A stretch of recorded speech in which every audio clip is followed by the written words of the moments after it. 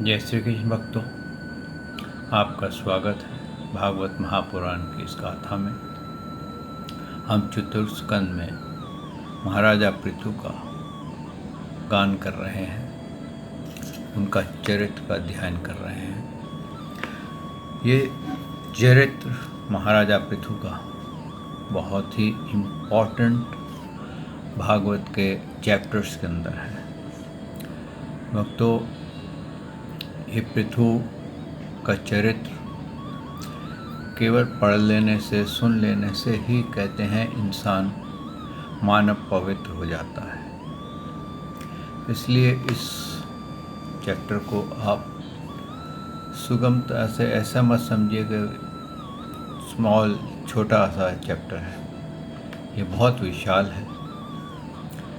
इसका पूरा ध्यान करने के लिए तो बहुत समय लगता है, लेकिन हम संक्षेप में इसका ध्यान कर रहे हैं और एक साधारण मानव के लिए शायद इतना ही समझ लेना बहुत है। आइए आज का प्रसंग आरंभ करते हैं। सच्चिदानंद रूपाय विश्वोत्पत्ते आदि हेतवे ताप्तय विनाशाय श्रीकृष्णाय वयं नमो नमः। श्रीकृष्णाय वयं नमो नमः। श्रीकृष्णाय वयं नमो नमः। श्रीकृष्णाय वयं नमो नमः। श्रीकृष्णाय वयं नमो। बोल भगवान श्री कृष्ण की जय। हे नंद के लाला की जय। हे देवकी नंदन श्री कृष्ण की जय। हे द्वारकाधीश भगवान श्री कृष्ण की जय। बोल देवदेव पूर्ण ब्रह्म भगवान श्री कृष्ण की सदा ही जय। भक्तों, हमने इस पृथु जी का चरित्र पढ़ा।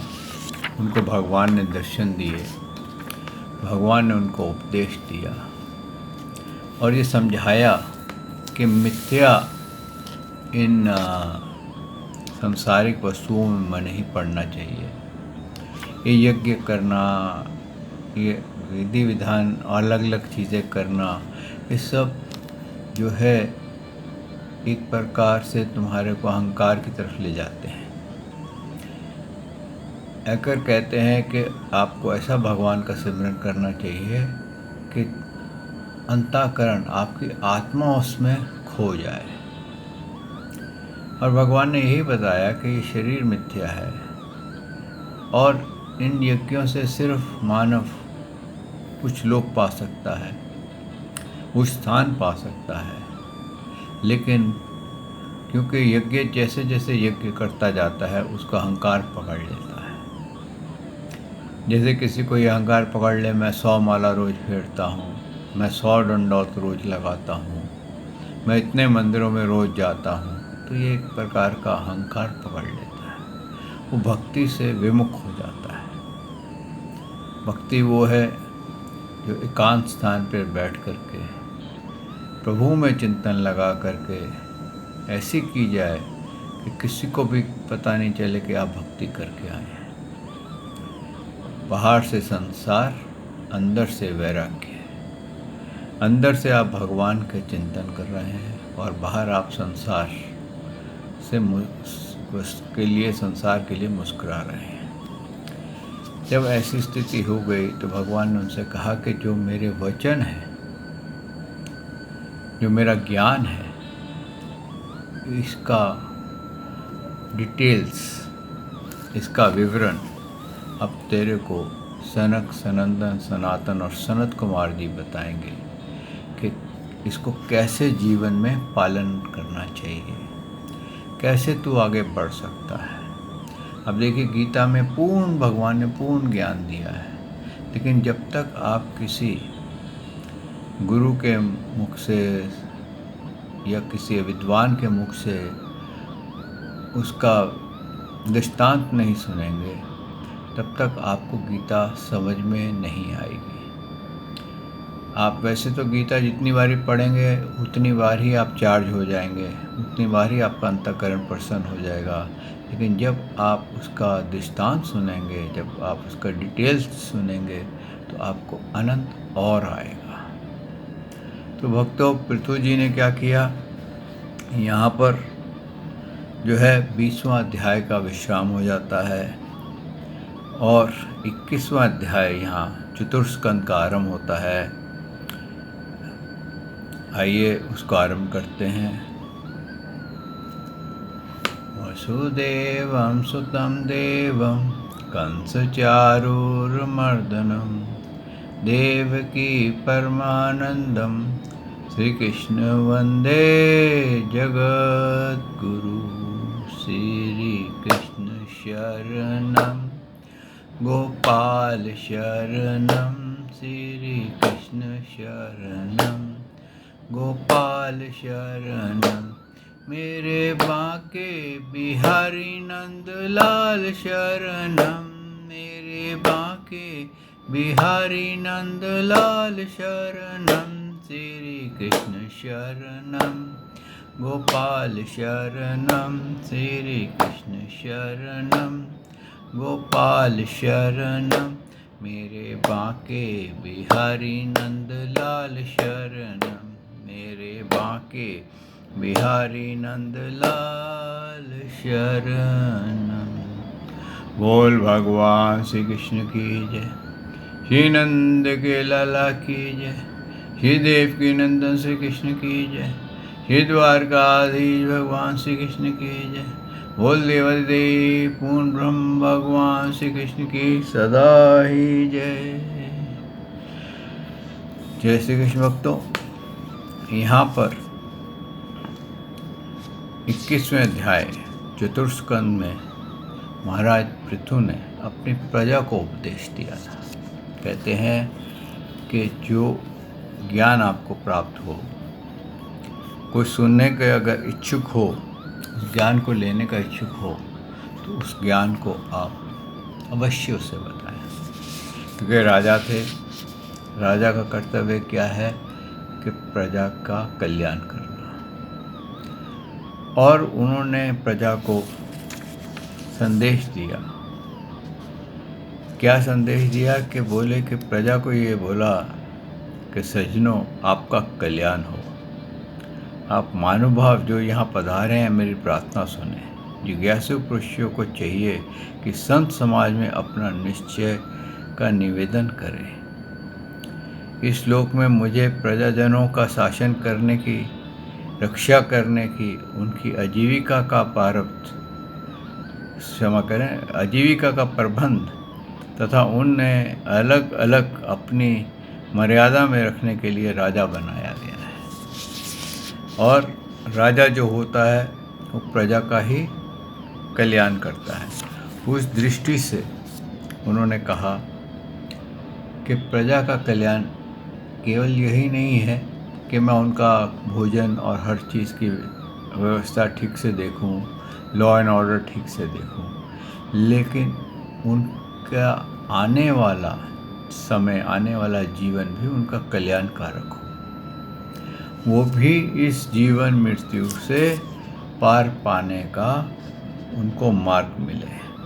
तो उन्होंने क्या कहा कि अपने प्रजा से अपना कार्य करते हुए भगवान के चरण कमलों का चिंतन हमेशा करते रहिए। क्यों कि जिनके चरण कमलों की सेवा के लिए निरंतर बढ़ने वाली अभिलाषा उन्हें उनके चरण नख से निकली हुई गंगा जी के समान संसार ताप से समाप्त जीवों का समस्त जन्मों का संचित मनोमल को तत्काल नष्ट कर देती है। कि अगर भगवान का चिंतन करेगी प्रजा, एक तो क्या है, उनके अंदर नेगेटिव थॉट्स नहीं आएंगे, वो उनके अंदर अच्छे विचार आएंगे। दूसरा क्या होगा कि जो भी व्यक्ति भगवान का चिंतन करता है, कि कितना ही दुष्ट हृदय हो, उसका हल्के हल्के हृदय जो होता है वो पवित्र होने लग जाता है। जब आप किसी पॉजिटिव एनर्जी के पास या पॉजिटिव आदमी के पास बैठेंगे, आप कभी भी गौर कीजिए, तो आपका चिंतन पॉजिटिव हो जाएगा। लेकिन जब आप किसी नेगेटिव के साथ बैठेंगे तो चाहे कितना ही आप अपने आप को संभालें, लेकिन आप नेगेटिव में चले जाएंगे। जैसे कहते हैं कि जुआरी के साथ बैठेंगे तो एक दिन आप जुआ खेलना शुरू कर देंगे, शराबी के साथ बैठेंगे तो एक दिन आप शराब पीनी शुरू कर देंगे, ड्रग एडिक्ट के पास बैठेंगे तो एक दिन आप ड्रग लेनी शुरू कर देंगे, किसी साधु संत के पास बैठेंगे, किसी पवित्र आत्मा के पास बैठेंगे और भगवान के गुणों को आप श्रवण करेंगे तो एक न एक दिन आपके अंदर जीवा पे भगवान का नाम गुनगुनाने लग जाएगा। और जिस दिन आपकी जीवा पे भगवान का नाम गुनगुनाने लग जाए, उस समय आप समझ जाइए कि आप प्रभु मेरी जीवा तक आ गए हैं। अब मेरे हृदय में अगर मैं अपने मल को हृदय तक साफ कर लूँ, जीवा से हृदय तक का मार्ग साफ कर लूँ, अपने बंधन खोल लूँ, तो भगवान हृदय में भी विराजमान हो जाएंगे। भगवान अगर हृदय में विराजमान हो गए तो आप समझ लीजिए कि वो आपके सामने प्रकट भी हो जाएंगे, यानी कि आपके सब मल साफ होने लग जाएंगे, सब बंधन आपके खुलने लग जाएंगे, समस्त अविद्याओं से आप मुक्त हो जाएंगे। जितने भी जन्मों के आपके ताप हैं, बंधन हैं, और भी जो भी लगे हुए हैं, कष्ट लगे हुए हैं, श्राप मिले हुए हैं आपको, कोई दुखी है, कुछ है, सब कट जाएगा। ये ऐसा कार्य है जैसे कि धारा जो होती है वो बड़े से बड़े पत्थर को भी काट देती है। मार्ग में आप देखिए, कोई धारा के मार्ग में कोई पत्थर होते हैं, बड़े बड़े पत्थर होते हैं, लेकिन वो समय से ख़त्म हो जाते हैं। ऐसे ही भगवान ने कहा है कि तू कितना ही पापी क्यों ना हो, कितने ही तूने महापाप क्यों ना किया हो, लेकिन जब तू मेरी शरण आता है तो तेरा सारे पाप ताप सब खत्म हो जाते हैं। तापों से, शापों से, दंडों से, ऋणों से, 3 गुणों के प्रभाव से, उत्पन्न होने वाले काम क्रोध लोभ मोह अहंकार से, मत्सर तृष्णाओं से, वासनाओं से, इच्छाओं से तो मुक्त हो जाता है। और ये इसी मानव देह में ही पॉसिबल है, बाकी किसी देह में ही पॉसिबल नहीं है। इसलिए मानव देह को पाने के लिए देवता लोग भी तरसते हैं, क्योंकि देवता की योनि से मोक्ष नहीं होता है, मानव की योनि से ही मोक्ष होता है। तो भक्तों, उन्होंने अपनी प्रजा को बहुत सत्य उपदेश दिया और यहाँ पर 21वां अध्याय का विश्राम हो जाता है। 22वां अध्याय, जहाँ पर भगवान श्री हरि ने पृथ्वी जी को बोला था कि सनक आदि का उपदेश तुझे मिलेगा जो तेरे को कल्याण कर देगा। कि सनक, भगवान का उपदेश क्या है? एक कोडेड लैंग्वेज है, और संतों का उपदेश क्या होता है? उस कोडेड लैंग्वेज को डिकोड करना। तो यहाँ पर उनको एक दिन उन्होंने देखा कि आकाश मार्ग से मुनिवर जो थे ये उतर रहे थे, और पृथ्वी जी ने वहाँ पर हाथ जोड़ के खड़े हो गए और उन्हें पृथ्वी जी ने कहा, मंगल मूर्ति में मुनीश्वर हो, आपका दर्शन तो योगियों को भी दुर्लभ है। मुझसे ऐसा क्या पुण्य बना है जिससे स्वतः आपका दर्शन प्राप्त हुआ है, जिस पर ब्राह्मण अथवा अनुचरों के सहित श्री शंकर या विष्णु भगवान प्रसन्न हो, उसके लिए इलोक और परलोक में कौन सी वस्तु दुर्लभ है। देखिए क्या है, इन्होंने क्या कहा है कि अगर ये 2 देवता अगर प्रसन्न हो जाते हैं तो भी इस संसार के लिए कोई वस्तु दुर्लभ नहीं है। लेकिन इन्होंने ये नहीं कहा कि मोक्ष की प्राप्ति हो जाती है। लेकिन मोक्ष की प्राप्ति किससे होती है?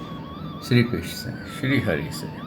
आगे उन्होंने क्या कहा है कि इस संसार में मनुष्य का उन्होंने एक प्रश्न किया है, आप संसार नल से संतप्त जीवों का परम सुहृदय हैं, इसलिए आपके विश्वास करके मैं यह पूछना चाहता हूँ कि संसार में मनुष्य का किस प्रकार सुगमता से कल्याण हो सकता है। देखिए कितना बड़ा प्रश्न है। उन्होंने अपने लिए नहीं पूछा, उन्होंने सबके लिए, सब जीवों के लिए पूछा। ये भागवत किसके लिए? सर्वदेव में है, यानी कि सब जीव इसका अध्ययन कर सकते हैं। कोई ये जाति का भेद नहीं है कि मैं ब्राह्मण हूँ, मैं दूसरी जाति का हूँ, मैं क्रिश्चियन हूँ, मैं मुस्लिम हूँ, मैं ईसाई हूँ, जो भी है। लेकिन कोई भी अगर इसका श्रवण करेगा, इसका पालन करेगा, ये उसी का ही कल्याण कर देगा। जैसे कहते हैं अमृत ये नहीं देखता, कोई भेदभाव नहीं करता, जो भी उसको पान कर लेता है वो अमर हो जाता है। इसी प्रकार से भागवत का भी यही सिद्धांत है। और जिसको कहते हैं ना हलाल विष, ये नहीं देखता है मेरे को पीने वाला कौन है, साधु है, दुराचार्य है, कोई भी है, वो उसकी मृत्यु की तरफ ले जाता है। आगे यहाँ पर सनत कुमार जी का उपदेश आरंभ होता है। आइए इसको आरंभ करते हैं। श्री सनत कुमार जी ने कहा, महाराज, आपने सब कुछ जानते हुए भी समस्त प्राणियों के कल्याण की दृष्टि से बड़ी अच्छी बात पूछी है। सच है, साधु पुरुषों की बुद्धि ऐसी ही हुआ करती है। सत्पुरुषों का समागम और श्रोता और वक्ता दोनों को ही अभिमत होता है, क्योंकि उनके प्रश्नों उत्तर से सभी का कल्याण करते हैं। राजन, श्री मधुसूदन भगवान के चरण कमलों का गुणानुवाद अवश्य ही आपकी अविचल प्रीति है। यह हर किसी को इसका प्राप्त होना बहुत कठिन है, और प्राप्त हो जाने पर यह हृदय के भीतर रहने वाले उस वासना रूप मल को सर्वथा नष्ट कर देती है, और जो किसी भी उपाय से जल्दी छूटता नहीं है। क्या कह रहे हैं कि पहली तो ये है कि भगवान का नाम लेना ही कठिन है मानव। क्यों? कि उसको संसार सागर में मोह माया में इतना पड़ा हुआ है कि उसको फुर्सत ही नहीं है। लेकिन अगर कोई प्रभु की विशेष कृपा हो जाए और श्री कृष्ण शरणम गोपाल शरणम गाने लग जाए, तो कहते हैं उसका कल्याण होना आरंभ हो गया है। उसने मोक्ष के मार्ग पे, भक्ति के मार्ग पे अपना पांव रख दिया है। अब वो चलते चलते एक न एक दिन जरूर वहाँ पहुँच जाएगा, यानी कि उसका हृदय पवित्र हो जाएगा और वो ज़रूर प्रभु के श्री चरणों तक पहुँच जाएगा। और चाहे वो मोक्ष पाले, चाहे भगवान के धाम में वास करे, चाहे पार्षद बनकर उनकी सेवा करे, ये उसका अधिकार है। आगे क्या कहा है? शास्त्र जीवों के कल्याण के लिए भली भांति विचार कराने वाले हैं। उनमें आत्मा से भिन्न देह आदि की प्रति वैराग्य तथा अपने आत्मस्वरूप निर्गुण ब्रह्म सुदृढ़ अनुराग होना, यह कल्याण का साधन निश्चय किया गया है। शास्त्रों का यह भी कहना है कि गुरु और शास्त्र के वचनों में विश्वास रखने से, भागवत धर्मों का आचरण करने से, तत्व ज्ञान से, ज्ञान योग से, निष्ठा से, योगेश्वर श्री हरि की उपासना से, नित्य प्रति पुण्य कीर्ति, श्री भगवान पावन कथाओं को सुनने से, जो लोग धन और इंद्रियों के भोगों में रत हैं, उनकी गोष्ठी में प्रेम न रखने से, उन्हें प्रिय लगने वाले पदार्थों को असक्तिपूर्वक संग्रह न करने से, भगवत गुना अमृत का पान करने के सिवाय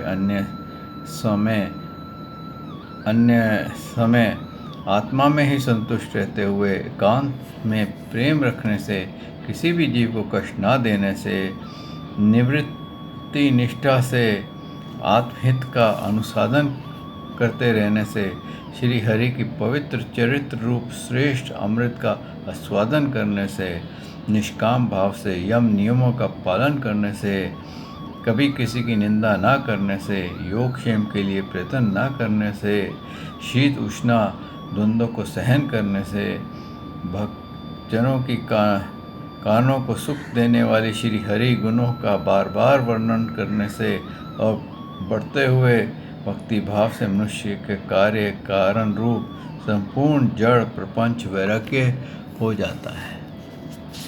देखिए, उन्होंने ये पूरा विधि बता दी है कि जो शास्त्र होते हैं, क्यों हमें शास्त्र पढ़ने चाहिए। सबसे पहले क्या होता है कि हम भगवान का गुणगान सुनते हैं। जब हम भगवान का गुणगान सुनते हैं तो हमारे अंदर जिज्ञासा जागती है कि हम भगवान के बारे में और जानें। तो भगवान के बारे में वही जान सकता है जो वैराग्य जिसके अंदर आ जाए, जिसके अंदर विवेक बुद्धि आ जाए, जो मिल गया है उसी में संतुष्ट रहे, हर प्रभु के पूजा पाठ, उनके श्रवण कीर्तन का ही चिंतन करे, कामुक बातों को निकाल दे, सांसारिक वस्तुओं को में रुचि ना ले। क्यों कि ये सांसारिक वस्तुएं जितने भी है ये हमें बांधती चली जाएंगी, और भगवान के चिंतन में क्या होगा कि हमारे सब बंधन खुलते चले जाएंगे। आप देखिए, जो इंसान मृत्यु के समय में भी बोझा लेकर के मरते हैं तो उनकी मृत्यु आती नहीं है। एक बार एक बहुत रईस आदमी था, उसकी मृत्यु होने लगी तो बड़ा बेटा जो था वो बोला कि हम पिताजी को बड़ी गाड़ी में, रोज़ राइस गाड़ी मंगाते हैं किराए पे, उस पे लेके जाएंगे इनकी बॉडी को। दूसरा बोला, पिताजी बहुत सोच समझ के पैसा खर्चते थे, कभी फजूल खर्ची नहीं करते थे, इतना खर्चा करने की ज़रूरत नहीं। अगर रोज़ राइस गाड़ी मंगाएंगे तो 1 लाख रुपया लगेगा यहाँ से लेकर के शमशान घाट जाने का। तो क्यों ना हम कुछ छोटी गाड़ी मंगा लेते हैं, उसी पे चलते हैं। उससे सबसे छोटा बेटा बोला, नहीं नहीं पिताजी ना पैसा बिल्कुल नहीं खर्चते थे और बहुत सोच समझ के खर्चते थे, और सिर्फ पैसा कमाने का मार्ग इनके लिए खुला रहता था, या और किसी की वस्तु वो नहीं करते थे। कोई भी ज़िंदगी में इन्होंने बढ़िया कपड़े नहीं खरीदे, बढ़िया गाड़ी नहीं खरीदी, और अब मृत्यु पे हम इनके ऊपर पैसा खर्च करें तो पिताजी को अच्छा नहीं लगेगा। हम ऐसे करेंगे, इनको साइकिल रिक्शा पे ले जाते हैं। तो जो पिताजी सुन रहे थे, सिर पे बहुत बोझा था कि ये लड़के कहीं पैसा ना उजाड़ दें। कहे, बेटा तुम चिंता मत करो, मेरी डंडी लेके आओ, मेरी लाठी लेके आओ। बोले, क्या करनी है पिताजी? मैं खुद ही चल करके शमशान घाट में चला जाता हूँ ताकि तुम्हारे का एक भी मेरा पैसा खर्च नहीं होगा। तो ये क्या हो गया, ऐसा बोझा लेकर के जो आदमी मर रहा है तो उसकी क्या दुर्गति होगी। और ये तब तक बोझा तभी तक रहता है जब तक हम हाय मेरा पैसा, हाय मेरी पत्नी, हाय मेरा बेटा, हाय मेरे पोता पोती, हाय मेरा ये, हाय हाय हाय होती रहती है, तब तक ये लगा रहता है। और आगे उन्होंने क्या कहा कि आत्म निर्गुण पर ब्रह्म में अन्यासी उसकी प्रीति हो जाती है। जो वैराग्य में रहता है, जो भगवान का चिंतन करता है, शास्त्र में विश्वास करता है, तो शास्त्र उसको वैराग्य का मार्ग खोल देते हैं कि वैराग्य कैसे, किसको कहते हैं, वो खोल देते हैं। और जब ये मार्ग खुल जाता है तो इंसान मानव सरलता से उस वैराग्य को प्राप्त कर सकता है, प्रोवाइडेड, कहते हैं ना, आपकी इच्छा हो। लेकिन कई बार क्या होता है, वैराग्य पल लग गया भागवत सुन करके या भगवान की गाथा सुन करके, लेकिन जैसे ही वहाँ से हटे तो संसार पल लग गया। तो उस वैराग्य पल को लगा है तो आप उसको पकड़े रखिए।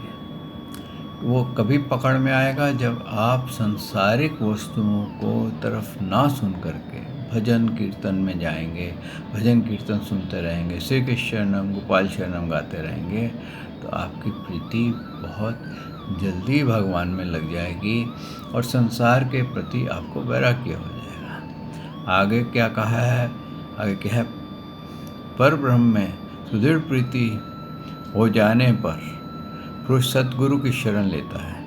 फिर ज्ञान और वैराग्य प्रबल विवेक के कारण वासना शून्य हुए अपने अविद्या के 5 प्रकार के क्लेशों युक्त अहंकार से अपने लिंग देह का वह उसी प्रकार भस्म कर देता है जैसे अग्नि की लकड़ी से प्रकट होने पर फिर उसी को जला डालती है। देखिए क्या उदाहरण दिया, बहुत बढ़िया उदाहरण दिया है कि पहले आपको मालूम है जंगल में माचिस नहीं होती थी, लकड़ी से लकड़ी रगड़ करके अग्नि प्रज्वलित की जाती थी। क्यों कहते हैं, अग्नि तो उस हर जगह है, लकड़ी में भी है, आपके पास बैठे हुए जो बुक्स हैं इसमें भी आप इसमें प्रकट करना है तो हम माचिस से प्रकट करते हैं। तो जब कहते हैं ना लकड़ी से लकड़ी रगड़ते थे तो अग्नि प्रकट हो जाती थी। तो अविद्या जो है हमारी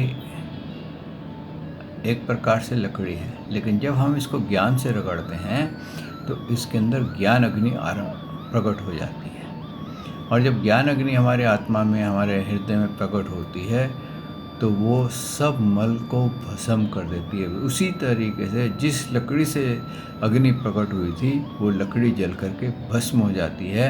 उसी प्रकार से जब हम भगवान का संकीर्तन करते हैं, भगवान का चिंतन करते हैं तो हमारे अंदर के सभी अविद्याएं, सभी बंधन हमारे समाप्त हो जाते हैं। आगे कहा, और ये जब समाप्त होते हैं तो क्या होता है कि हमारा जो लिंग देह होता है जिसके कारण हम जीवन मृत्यु में जाते हैं, यानी कि आपका जो मन जो बार बार भटक रहा है इधर उधर, वो शांत हो जाता है, वो भस्म हो जाता है, उसको इंद्रियों में वैराग्य हो जाता है। और जब इंद्रियों में वैराग्य हो जाता है तो उसको भगवान की प्राप्ति हो जाती है। और उसी को कहा है कि परमानंद की प्राप्ति हो गई। परमानंद यानी कि उसके ऊपर और कुछ नहीं है। जिसने भगवान को पा लिया उसके अतिरिक्त और कुछ नहीं है। हमारे जीवन का लक्ष्य, मानव देह का लक्ष्य क्या है? भगवान को प्राप्त करना। और यही मानव देह में हम प्राप्त कर सकते हैं। आप देखिए देवता भी अपने कार्य में बंधे हुए हैं, वो अपने कार्य से बाहर नहीं निकल सकते। आप सोचेंगे कैसे? आप देखिए ब्रह्मा जी क्या विष्णु जी का कार्य कर सकते हैं? विष्णु जी क्या ब्रह्मा जी का कार्य कर सकते हैं? ब्रह्मा जी क्या शिव जी का कार्य कर सकते हैं? शिव जी क्या विष्णु जी का कार्य कर सकते हैं? नहीं, वो वही कार्य कर सकते हैं जिनके अंदर उनको लगाया गया है। लेकिन मानव को देखिए, एक मानव है वो हवाई जहाज भी उड़ाता है, वही मानव कार भी चलाता है, वही मानव पानी में भी तैरता है, वही मानव वेद भी पढ़ता है, वही मानव शस्त्र भी चला रहा है, वही मानव व्यापार ही करता है, वही मानव घर की साफ सफाई भी करता है, यानी कि सब कुछ करता है। वही मानव भगवान की पूजा करके जीवन मृत्यु से पार हो जाता है। उसके लिए अगला जन्म नहीं है। क्यों? अगला जन्म कब है? जब वो विषयों में ही भटकेगा, अपने लिंग देह को जिंदा रखेगा, अपनी वासनाओं को जिंदा रखेगा, अपनी इच्छाओं को जिंदा रखेगा, हर पल इंद्रियां तृप्ति में ही लगा रहेगा, उसके अतिरिक्त उसको कुछ नहीं सूझेगा, तो वो मानव स्वय भटकने के और कुछ नहीं कर सकता। तो इसलिए भक्तों, सबसे सरल तरीका अब यहाँ पर इन्होंने दृष्टांत दे रहे हैं, काफ़ी बड़ा है और कोशिश करूँगा मैं जितने ज़्यादा से ज़्यादा हो सकता है करेंगे, नहीं तो प्रभु ने चाहा तो कल इसको कंटिन्यू करेंगे। तो कहते हैं इस तरह से ये लिंग देह का नाश हो जाने पर उसके कृतत्व आदि सभी गुणों से मुक्त हो जाता है। फिर तो जैसे स्वप्न अवस्था में तरह तरह के पदार्थ देखने पर भी उसे जग पड़ने पर उसमें कोई चीज़ दिखाई नहीं देती, उसी प्रकार वह पुरुष शरीर के बाहर दिखाई देने वाले घट पट आदि और भीतर अनुभव होने वाले सुख दुख आदि भी नहीं देख सकता। इस स्थिति को प्राप्त होने से पहले ये पदार्थ ही जीवात्मा और परमात्मा के बीच में रहकर उनका भेद कर रहे थे। क्या है कि ये जब हम चिंतन करते हैं, आप कभी आँख बंद करके चिंतन कीजिए तो क्या होगा, आप मुश्किल से ये 10 सेकंड के अंदर आपके मन में विचार पलट जाएगा। 1 मिनट में 40 विचार आते हैं। आप समझिए 40 विचार आते हैं, तो आप जब वहाँ बैठेंगे ध्यान करेंगे तो आप समझिए 1 मिनट में आपको कितने विचार आएंगे। आप भगवान का चिंतन कर रहे होंगे, अचानक आपका मन किसी संसार में पहुँच जाएगा। संसार में हटेगा तो किसी खाने में पहुँच जाएगा, खाने से हटेगा तो परिवार में पहुँच जाएगा, परिवार से हटेगा तो ऑपोजिट में पहुँच जाएगा। वो रुकेगा ही नहीं, वो चंचल है बहुत। उसको रोकने का तरीका ये है कि वो जहाँ जहाँ जाए उसको वापस खींच करके लाइए, और फिर देखिए आप कितनी देर मेडिटेशन कर सकते हैं। जब आपको लगे कि मैं 2 मिनट, 5 मिनट, 10 मिनट मेडिटेशन कर सकता हूँ, तो आप उस मेडिटेशन का आपको आनंद आने लगेगा, जो एकदम शून्य काल की होगी। लेकिन जिसमें आप भटक रहे हैं उस मेडिटेशन में आपको आनंद नहीं आएगा। तो इसी प्रकार से जैसे स्वप्न, कई बार क्या होता है, बहुत ज़्यादा सपने देखने से सुबह हम इतने फ्रेश नहीं उठते, लेकिन जिस दिन हमें डीप स्लीप आती है, हमने कोई सपने नहीं देखते, उस दिन हम ज़्यादा फ्रेश होते हैं। तो इसी प्रकार से भक्तों, जब हम संसारिक चिंताओं का चिंतन छोड़ करके केवल भगवान का चिंतन करेंगे तो हम बहुत शांत और आनंदमय होंगे। आइए भक्तों, वाणी को यहाँ विश्राम देते हैं। कल प्रभु ने चाहा तो मैं आपकी सेवा में हाजिर होऊंगा, और ये सनक सनंदन सनातन और सनत कुमार जी की जो ज्ञान है, ज्ञान गंगा है, इसमें फिर डुबकी लगाएंगे। श्री कृष्ण शरणम गोपाल शरणम, श्री कृष्ण शरणम गोपाल शरणम, मेरे बांके बिहारी नंदलाल शरणम, मेरे के बिहारी नंदलाल शरणम, श्री कृष्ण शरणम गोपाल शरणम, श्री कृष्ण शरणम गोपाल शरणम, मेरे बांके बिहारी नंदलाल शरणम, मेरे बांके बिहारी नंदलाल शरणम। बोल भगवान श्री कृष्ण की जय, श्री नंद के लाला की जय, श्री देवकी नंदन श्री कृष्ण की जय, श्री द्वारकाधीश भगवान श्री कृष्ण की जय। बोल देवदेव पूर्ण ब्रह्म भगवान श्री कृष्ण की सदा ही जय। जय श्री कृष्ण भक्तों।